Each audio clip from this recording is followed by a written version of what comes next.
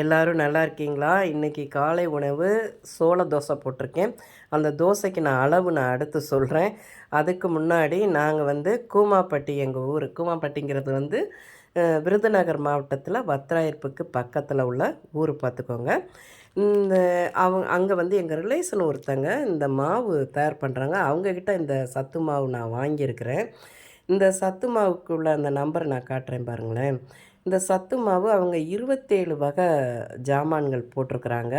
போட்டு இந்த சத்து மாவு ரெடி பண்ணியிருக்காங்க. அதே மாதிரி பார்த்திங்கன்னா, அவங்க நலுங்கு மாவு, தலைக்கு தேய்க்கிற ஹேர் ஆயில் ஒன்று தயார் பண்ணுறாங்களாம்.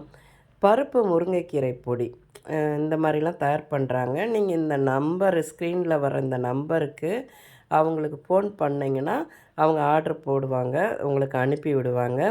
அதை வந்து சத்து மாவு வந்து பார்த்திங்கன்னா, ஒரு 3 கிலோவுக்கு மேலே வாங்கினீங்கன்னா ஷிப்பிங் சார்ஜு ஃப்ரீ பார்த்துக்கோங்க. 3 கிலோக்குள்ளே வாங்கினீங்கன்னா அதை சேர்த்து தான் அவங்க ஆட் பண்ணுவாங்க. இந்த மாவு நல்லா இருக்குங்க.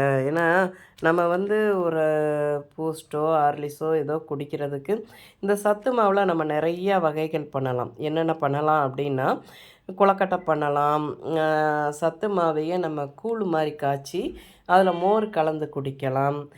பிள்ளைங்களுக்கெல்லாம் பால் கலந்து நம்ம கொடுக்கலாம். நிறைய கொழக்கட்டை பண்ணுறது நிறையா இது பண்ணுவாங்களே, இடியாப்பம் கூட இதில் புழிஞ்சிக்கலாம்.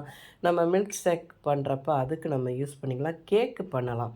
நாங்கள் வந்து சத்து மாவில் எதுவாக கேக்கெல்லாம் பண்ணியிருக்கோம். நல்லா செமையாக வரும் பார்த்துக்கோங்க. இந்த மாதிரி உணவுகள் நம்ம பிள்ளைங்களுக்கு சேர்க்கும்போது ரொம்ப சத்தாக இருக்குங்க. இன்றைக்கி உள்ள உணவு நான் சொல்கிறேன் பார்த்துக்கோங்க. உங்களுக்கு இந்த நம்பர் நான் காட்டுறேன். நீங்கள் உங்களுக்கு தேவைன்னா ஆர்டர் பண்ணுங்கள். அவங்க உங்களுக்கு அனுப்பிச்சி விடுவாங்க, எந்த ஊரில் இருந்தாலும். இன்றைக்கியான உணவு நான் சொல்லிடட்டுமா? அதான் வந்து சோள தோசைங்க. கஞ்சி கூழ் எனக்கு வேணாம், ஏதாவது ரெடி பண்ணி கொடு அப்படின்னாங்க. அதனால் நான் வந்து சோள தோசை ரெடி பண்ணியிருக்கேன். இந்த சோள தோசைக்கு அளவுகள் நான் சொல்லிடுறேன். 1 டம்ளர் சோளம்னா 1 டம்ளர் வரகரிசி, அதுக்கு 1/2 டம்ளர் உளுந்து, இது 1 டீஸ்பூன் வெந்தயம் போட்டு கழுவி ஊற வச்சு ஒரு 3 மணி நேரம் இல்லை 5, 6 மணி நேரம் கூட ஊறினாலும் அதை அரைச்சி ஒரு 5 மணி நேரம் புளிக்க வச்சு இந்த மாதிரி சோள தோசை, கம்பு தோசைலாம் முந்தைய சாப்பிட்டா தான் நல்லாயிருக்கும். இதுக்கு தேங்காய் சட்னி நல்லாயிருக்கும். நான் சரி இன்றைக்கி பொடி சாம்பார் வச்சேன், அதையும் வச்சு சாப்பிட்றலான்னு சொல்லி. இதெல்லாம் உங்களுக்கு பிடிச்சிருந்தால் கண்டிப்பாக அந்த சத்து மாவு உங்களுக்கு தேவைப்பட்டால் அந்த நம்பருக்கு ஆர்டர் பண்ணுங்கள்.